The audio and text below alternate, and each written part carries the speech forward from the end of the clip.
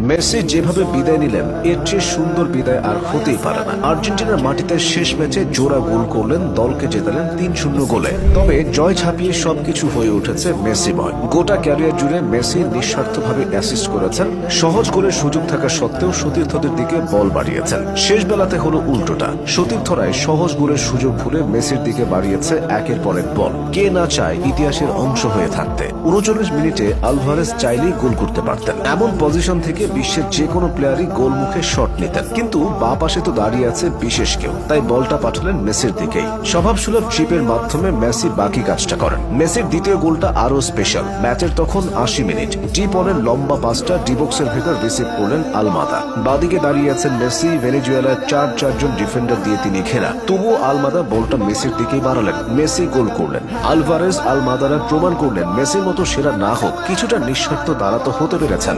২০০৭ সালের ১৮ এপ্রিল, আজ থেকে ঠিক ৬৭১৫ দিন আগে আর্জেন্টিনার মাটিতে আর্জেন্টিনার জার্সিতে মেসি প্রথম ম্যাচটা খেলেছিলেন। মেসি তখন ১৯ বছরের তাগড়া যুবক।